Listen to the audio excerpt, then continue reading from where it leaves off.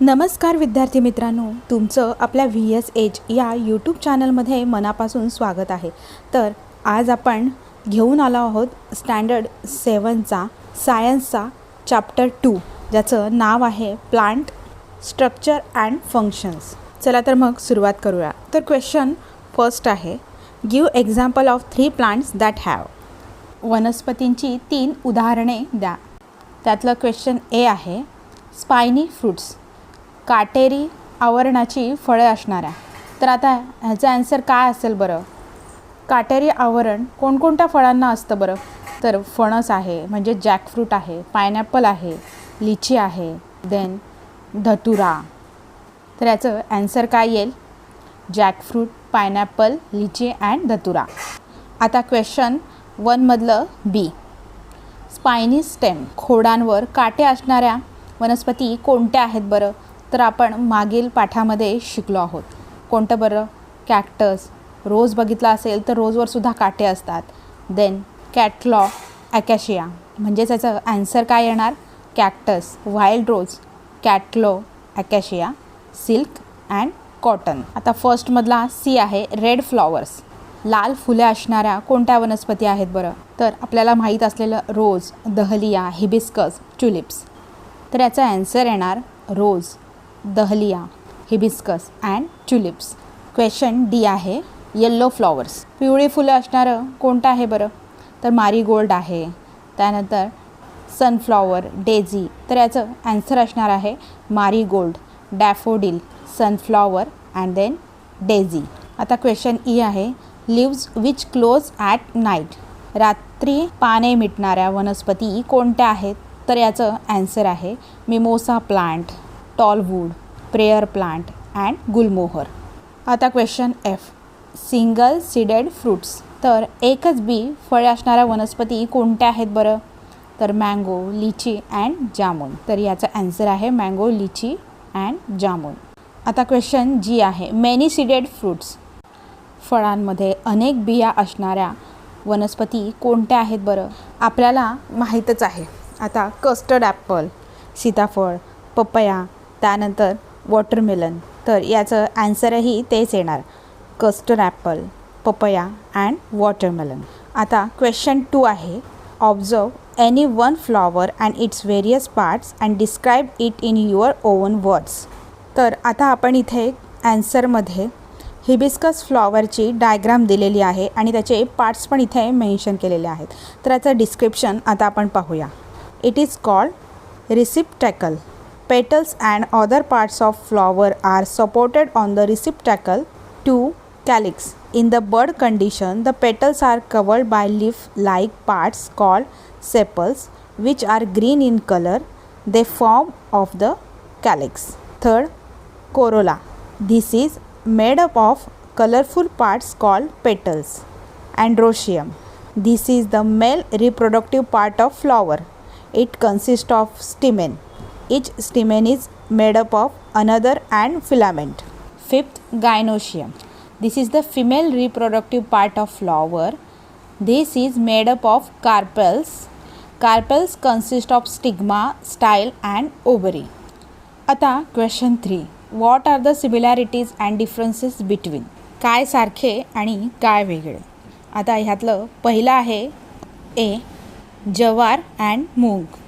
आता ह्याच्यामधला डिफरन्स आपल्याला इथे आन्सरमध्ये लिहायचा आहे। तर एका साईडला जवार आणि एका साईडला मूग, असं 2 पार्ट करायचे आहेत। तर जवारमध्ये आता फर्स्ट येणार आहेत, इट हॅज फायबरस रूट। तर मूगमध्ये फर्स्ट येणार आहे, it has a tap root. Then जवारमध्ये it is a monocotyledonous seed and मूगमध्ये येणार it is a dicotyledonous seed. Then जवारमध्ये third, it is rabi crop आणि मूगमध्ये इट इज खरीप क्रॉप। आता हा डिफरन्स झाला। आता ह्याच्यातल्या सिमिलॅरिटीज कोणती आहे? तर जवार अँड मूग बोथ आर अँजिओस्पर्म्स। आता यातला क्वेश्चन बी आहे, ओनियन अँड कोरिएंडर, ह्याचे डिफरन्सेस काय आहेत ते आता आपण बघूया। मगासारखं जवार आणि मूगचे जसे पार्ट केलेले 2, तसे याचेही 2 पार्ट करायचे आणि ओनियन आणि कोरिएंडर। तर ओनियनमध्ये फर्स्ट येणार, it is a biannual plants and coriander, it is a annual plant. Onion, it has a monocotyledonous seed. Coriander, it has a dicotyledonous seed. Onion मध्ये it has a fibrous root. Coriander मध्ये it has a tap root but later on changes to fibrous root system. आता यांच्यातल्या similarities आपल्याला बघायच्या आहे. तर first आहे both are used in cooking. Second, both are edible. Third, both are belongs to kingdom Plantae. आता यामधला question C आहे leaves of banana and leaves of mango. केळीचे पान आणि आंब्याचे पान. आता याचेही दोन पार्ट करायचे. तर लीव्ज ऑफ बनानामध्ये लिहायचं first it has parallel venation and leaves of मँगोमध्ये लिहायचं it has a reticulate venation. तर बनाना लीव्जमध्ये काय येणार it is a very large in size. Leaves of मँगोमध्ये येणार it is a small in size. तर लीव्ज ऑफ बनानामध्ये थर्ड येणार it is a monocotyledonous plant and leaves of मँगोमध्ये येणार it is a dicotyledonous plant. आता question D coconut tree and jowar stock plant. तर coconut tree आणि jowar stalk प्लांटचेही दोन पार्ट करायचे आणि कोकोनट ट्रीमध्ये फर्स्ट येणार it is a tall and it has a thick stem. Jowar stalk प्लांटमध्ये येणार it is a small and has a thin stem. Coconut ट्रीमध्ये सेकंड येणार it has a strong root system. Jowar stalk प्लांटमध्ये येणार it has a weak root system. Coconut ट्रीमध्ये third येणार each and every part of tree is useful. Jowar stalk प्लांटमध्ये येणार only seeds are useful. तर similarities आता बघूया. तर फर्स्ट येणार both are from same kingdom plantae. Second both are autotrophic and third both are monocotyledonous plant. आता question 4 explain the following images in your own words. आता इथे खाली diagram दिले आहे आणि याचं स्पष्टीकरण तुमच्या शब्दात लिहा असं म्हटलं आहे. तर आता ती डायग्राम आपण बघून इथे ॲन्सर आता याचं लिहिणार आहे. तर फर्स्ट डायग्राम आहे ती मेज सीडची आहे. तर याचा ॲन्सर आता बघूया. A diagram A is of maize seed. It is a monocotyledonous seed and does not divided into two equal parts. The plant has fibrous root system. Then second diagram B आहे ही जी आहे ती bin सीडची आहे. तर याचा answer असं येणार diagram of B is of bean seed. It is a dicotyledonous seed and it's divided into two equal parts. The plant has taproot system. आता next question आहे 5 describe the function of various parts of plant. वनस्पतींच्या अवयवांची कार्ये स्पष्ट करा. तर याचं answer आता आपण बघूया. The function of various parts of plant are as below. तर फर्स्ट आहे रूट. रूटमध्ये काय येणार fixation. It anchors the plant's body to the soil so help in fixation. Absorption it absorbs water and nutrients from the soil so helps in absorption. Conduction, the root translocates water and mineral salt into the stem. Destorage, a certain amount of food is stored in the root which is utilized as it grows, preventing soil erosion. It helps to bind the soil particles and prevent them from being blown away by wind or water. आता second स्टेमचं कार्य बघूया.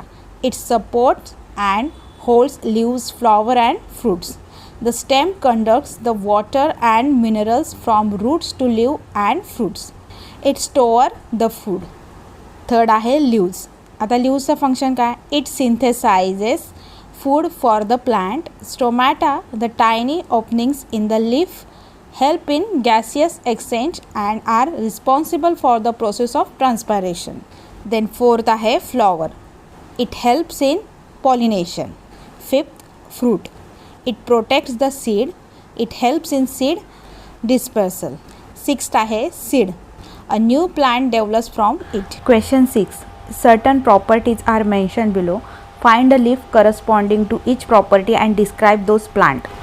खाली पानांचे काही गुणधर्म दिले आहेत. प्रत्येक गुणधर्माचे एक पान शोधून वनस्पतीचे वर्णन लिहा. तर यातलं फर्स्ट आहे लीव्ज विथ स्मूथ सरफेस. तर याचं ॲन्सर आहे example banana leaf. It is large in size. It is a closely roll up one over the other. Together they look like a trunk, but they form only an apart trunk. It has a parallel venation. आता second आहे leaves with rough surface.